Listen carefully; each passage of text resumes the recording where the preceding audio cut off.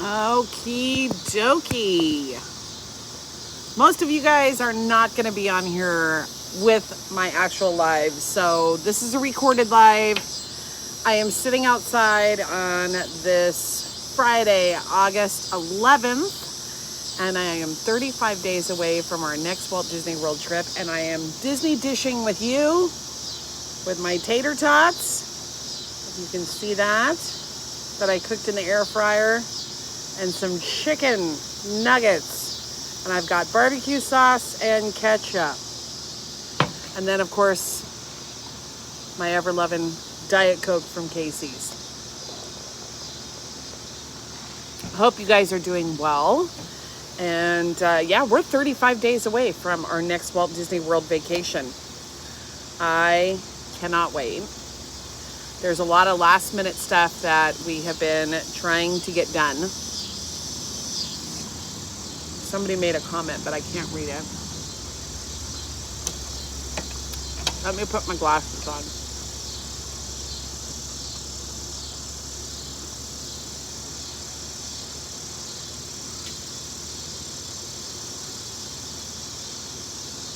Yeah, I can't read the comments right now, guys. All right, so I'm just going to get to it. So what do you do 35 days out before you go to a Walt Disney World trip? Well, this is the time where you want to do your last minute, like sitting down, figuring out what all you need to bring. Our plan for this vacation is we're actually going to drive, and we're going to take 2 vehicles.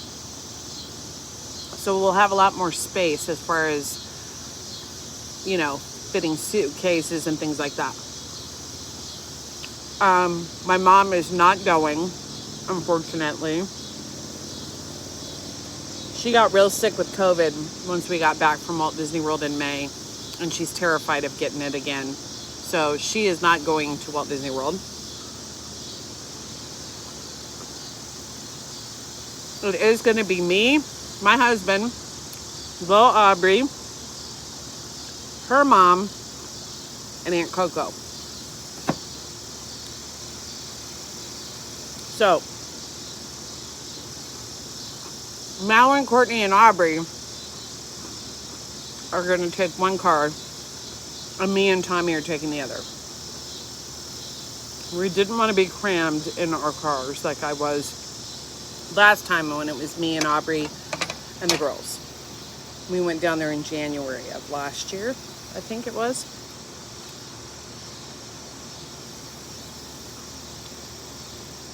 That was crazy. Sitting in the back seats, it was really uncomfortable. That hurt my legs. It was awful. So we figured it'd just give Aubrey a little more space. Oh, also she got sick on the way back. So she got car sick on the way back. Threw up a couple times. That was not fun.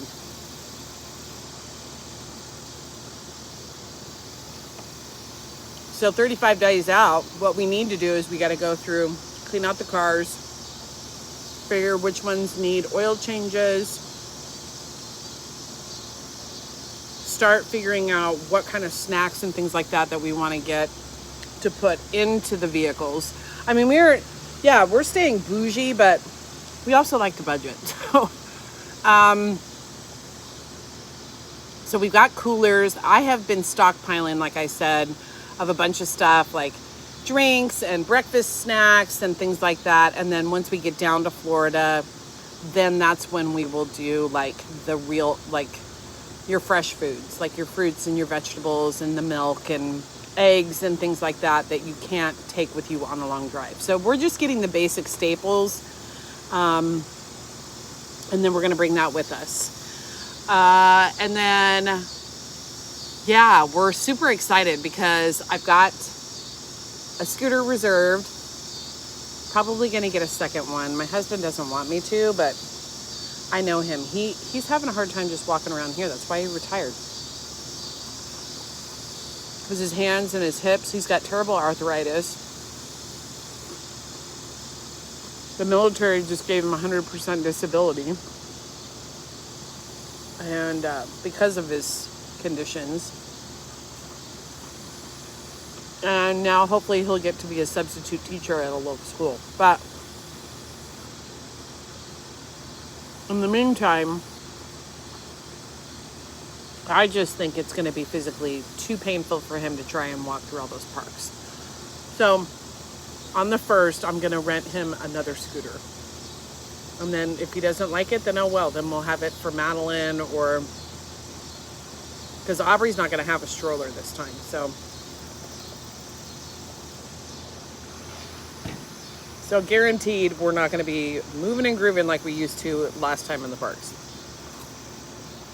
So that's another thing we got to do. But that'll be closer to like 14 days out that I'll get his scooter. And then we've also been saving money by purchasing Disney gift cards, and which I do every vacation, and Starbucks gift cards. I'm a little under my budget. This month was a little bit harsher for us financially than we were expecting, which sucks. But I still have the basics. I'm still on the basic track of what I want to spend. And if you do ever go under budget, the smartest thing to do, just cancel some of those fancy dinners. That's where most of your expense goes. I already looked at all the merch. I'm not super impressed with a lot of the Halloween merch. My biggest thing is maybe getting something at the Halloween Mickey's Not So Scary after party. Now, tonight is the opening of it. So I'm going to watch quite a few vlogs, and maybe tomorrow I'll be posting up a video reacting to somebody's vlog about all that. So I am trying and hoping that I'll be able to post some kind of a video giving you an update as we get closer and closer to our vacation. This vacation is way different than any other vacation we've done before. This one we are staying DVC, which is Disney Vacation Club.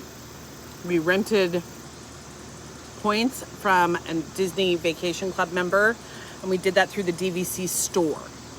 And once we get down to the park or on the way to the park, I'll go more in detail with that later, about all that. Yeah. Right now I'm just catching y'all up on how things are going. Aubrey starts school in like 2 weeks. She's going to a new school. We're super excited. We think it'll be the best fit for her. They have a great dance program. They have a great FFA program. If you don't know what that is, it's Future Farmers of America, which is great because I think an ag program for her is perfect, especially with her dad being into rodeo stuff and all that kind of crap. And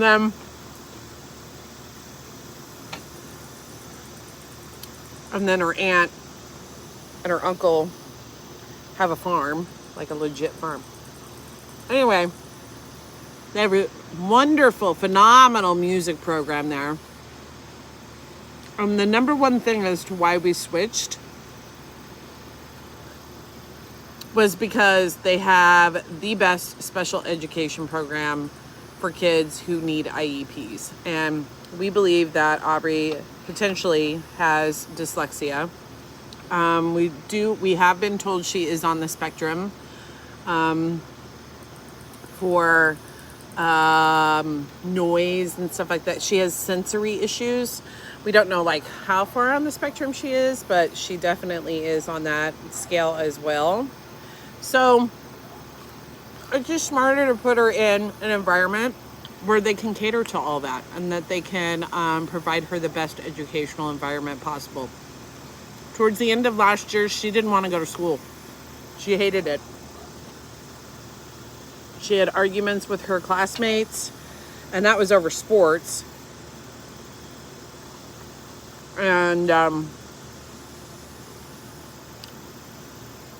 it's really unfortunate because they're little kids, and I know that stuff's going to happen, but it was heartbreaking for us to watch her feel so isolated and to feel neglected and not included in this inner circle.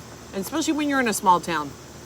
When you're in a tiny town and there's only like 25 people in your grade, but you're excluded from that certain group because of whatever reasons.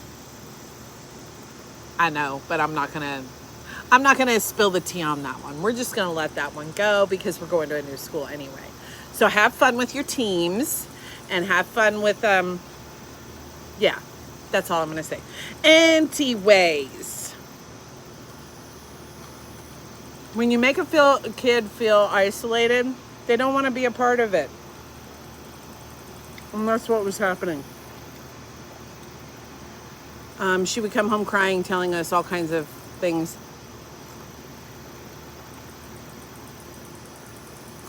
I think the last straw was when we had her go sign up for a softball team that wasn't even a part of this area so that she wouldn't have to deal with that. And then she came home hysterically bawling because all of her friends had told her in class that they purposely, they're mad at her because she's not a Bearcat anymore and because they're going to start a softball team to come at her and beat her. Really? That was it for us. So, we wanted Aubrey to have a positive environment for softball where she could learn and love the game without any of that kind of stuff going on and any of that personal drama. So we let her play softball on a team that was out of Topeka, which was great because she didn't really have any friends other than like one dance friend on the team. And she loved it. She thrived. She did the best we have ever seen her do. And because of that, everything else in her life improved too as well. Like, no more crying at dance. She actually helped out around the house more. She was willing to sit down and read with her mom and do some summer reading, which was phenomenal because her mom has dyslexia, so they were able to work together, and she was able to help her understand that she's not a failure and that she's not stupid, that she just sees them different than other kids who don't have that issue. So I loved it that they were able to work together. Now she's reading full books and it's amazing and I'm so excited. So she's reading now where she should be. Before she left, she was not reading at the level she should have been at all. Her math was fine, except for her twisting of her numbers. She would twist those numbers backwards. But calculating, she was perfect. But it's interesting. All of it's very interesting. And we're fortunate that both her mom and her dad had dyslexia. Not fortunate. Because they had dyslexia, we were able to recognize the signs early and help her out. So that was really good. And we were concerned with us going on a September trip and having her leave right when the school year starts, that might hurt her.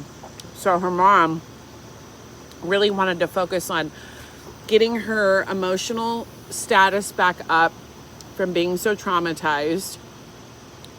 I'm not going to say bullied because I don't think little kids know how to bully. I think they just were running their mouth because of parents that for some reason have this weird, I don't know. We don't do it in the dance studio, especially with littles.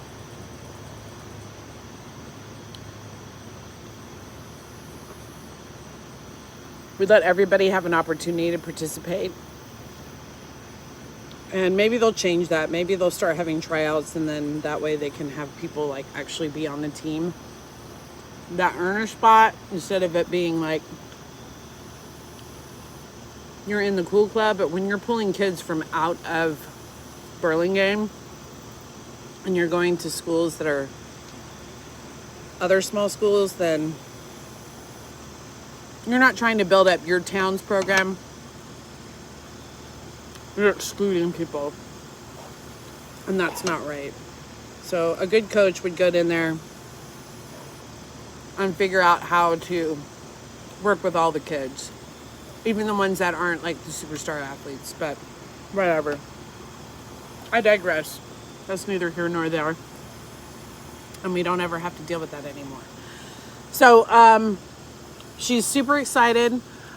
She loved softball, but her focus now is dance, and we're excited about that. She had a summer camp that she did where she went to a dance camp, and it's very like exclusive, and you have to be in Branson, and you got dance training all day long. She did it for 3 days in a row. She was the youngest one ever to go to this event. It's super like amazing. And from the director of the program basically said she was phenomenal and she did a great job. And that alone makes us so proud that we gave Aubrey the opportunity to just really explore what she wants to do over the summer and get her back in the right headspace. So, you know, if you have a kid that's struggling and they don't want to go to school, usually there is something seriously going on, and you can't just chalk it up to, you know, a bully or this or that.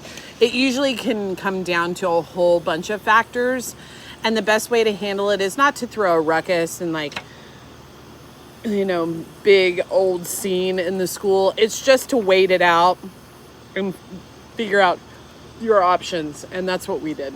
So anyway, I didn't realize that this was going to be a Disney dish about Aubrey and her new school. So anyhow, I'm super, super stoked. Looking forward to our upcoming trip. And I'll post up a video tomorrow that looks better and getting more into the whole Disney thing. So, okay guys, I hope you had a great week, and I will see you in the next Disney dish. We'll do it again next Friday night. Bye guys.